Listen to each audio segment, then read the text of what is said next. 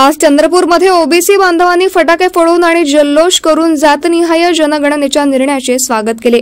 राष्ट्रीय ओबीसी महासंघाचे राष्ट्रीय समन्वयक डॉक्टर अशोक जीवतडे यांच्या नेतृत्वात हा कार्यक्रम झाला।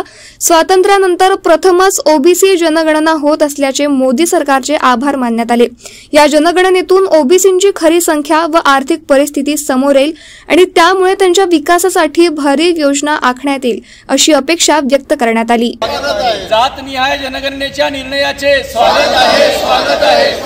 जय ओबीसी।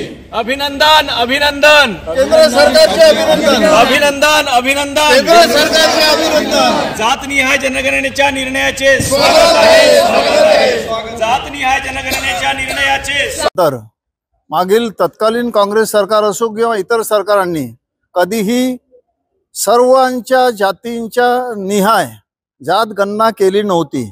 आज पहिल्यांदा या स्वतंत्र भारतामध्ये मोदी सरकारने स्वतंत्र जात निहाय जनगणना या भारतात करण्याची घोषणा केली आहे आणि त्यासाठी केंद्र सरकारचे अभिनंदन करण्यासाठी या ठिकाणी आम्ही उपस्थित झालो आहे। राष्ट्रीय ओबीसी महासंघ आणि इतर ओबीसी संघटना देशातील आणि राज्य सरकारच्या अखत्यारीमधील जेवढ्या ओबीसी संघटना आहे या सर्वांची ही फार जुनी मागणी होती की ओबीसींना न्याय देण्यासाठी ओबीसींची जात निहाय जर जनगणना केली तर केंद्र सरकारच्या माध्यमातून ज्या पिछड्या जाती आहे, ज्या मागासलेल्या जाती आहे त्या सर्वांना केंद्र सरकारच्या मुख्य प्रवाहामध्ये आणण्यासाठी भरीव आर्थिक मदत देण्यासाठी योजना आखण्यासाठी ही अत्यंत चांगली घोषणा आहे असं आम्ही मानतो। या निर्णयाचं आम्ही स्वागतच करतो।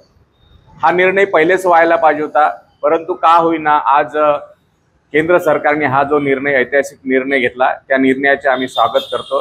देशातील राष्ट्रीय ओबीसी महासंघ असो अनेक संघटनांनी आजपर्यंत संघर्ष केला, या संघर्षाला आज यश आलेलं आहे मी असं मानतो आहे। आणि यामुळे आता जो आमचा बॅकलॉग आहे, आम्हाला तरतूद मिळत नव्हती, यामुळे जातीय जनगणनेमुळे आता तरतूद मिळायला लागेल, आमचा बॅकलॉग भरला जाईल आणि या निर्णयाचं मी स्वागत करतो।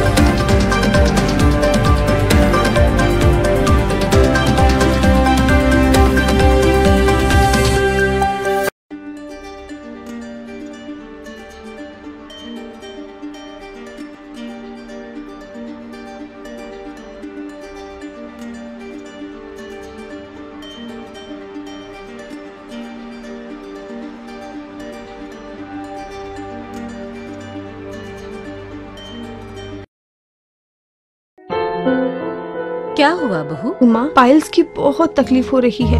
तो तुम गुदरोग सर्जन के पास क्यों नहीं गई? देखो, जैसे हार्ट के लिए हार्ट स्पेशलिस्ट, ब्रेन के लिए ब्रेन स्पेशलिस्ट, तो पाइल्स के लिए पाइल स्पेशलिस्ट क्यों नहीं? स्त्री हो या पुरुष, टॉयलेट में तकलीफ केवल पाइल्स ही नहीं और भी कई प्रकार के गुदरोग तथा कैंसर भी हो सकता है, इसीलिए इसकी प्रत्यक्ष जांच जरूरी है। ठीक है माँ, पर जांच के लिए हम जाएंगे कहाँ? वही काले आयुर्वेदिक पाइल्स हॉस्पिटल में। लेकिन माँ, प्रेगनेंसी में पाइल्स की दवाइयाँ? प्रेगनेंसी में आयुर्वेदिक दवाइयाँ सुरक्षित होती है। जनहित में जारी काले आयुर्वेदिक पाइल्स हॉस्पिटल, औषधि चिकित्सा तथा सर्जरी ट्रीटमेंट उपलब्ध। हमारा पता उमरेड रोड, दिघौरी बस स्टॉप के पास, नागपुर। अधिक जानकारी के लिए वेबसाइट पर जाएं kalepileshhospital.com।